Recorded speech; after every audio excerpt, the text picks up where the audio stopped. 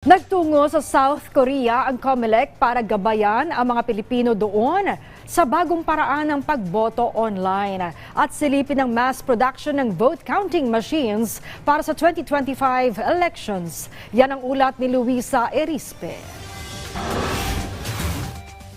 Kung dati, iba't ibang sulok ng Pilipinas ang sinusuyod ng Commission on Elections para masigurong lahat ng Pilipino ay makakaboto sa darating na eleksyon.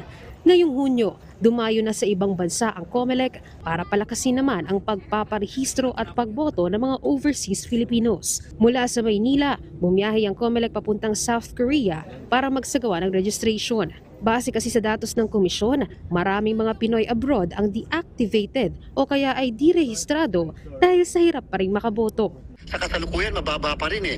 May ilang buwan pa po tayo natitira and hopefully dito sa gagawin natin at lalo na yung pag-a-announce natin sa iba't ibang parte ng mundo, sa iba't ibang post natin na magkakaroon na talaga tayo ng internet voting. Baka sakaling tataas po ang bilang pa ng mga botante natin na magpaparehistro. Bukod naman sa registration, ituturo na rin ng komisyon sa Embahada ng Pilipinas sa Korea kung papaano ba ang bagong sistemang gagamitin para sa online o internet voting ng mga Pinoy abroad.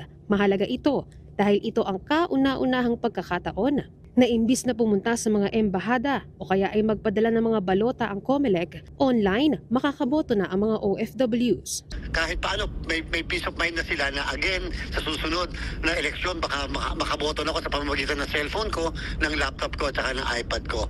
Bukod naman sa registration at voter education, bibisita din ng COMELEC sa planta ng Miro Systems Company Limited dito sa Korea para silipin kung maayos ba ang ginagawang mass production sa mga automated counting machines na gagamitin ng Pilipinas sa eleksyon. Nasa 110,000 na mga makina na kailangan matapos gawin ng Miro hanggang Agosto.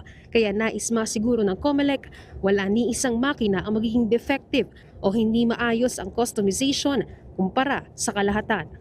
Sapagkat gusto natin maipakita at masaksihan mismo yung mass production ng mga makina at meron po kasi tayo mga gustong ipadagdag sa customization na sa ating palagay mas makakapag-improve pa ng transparency.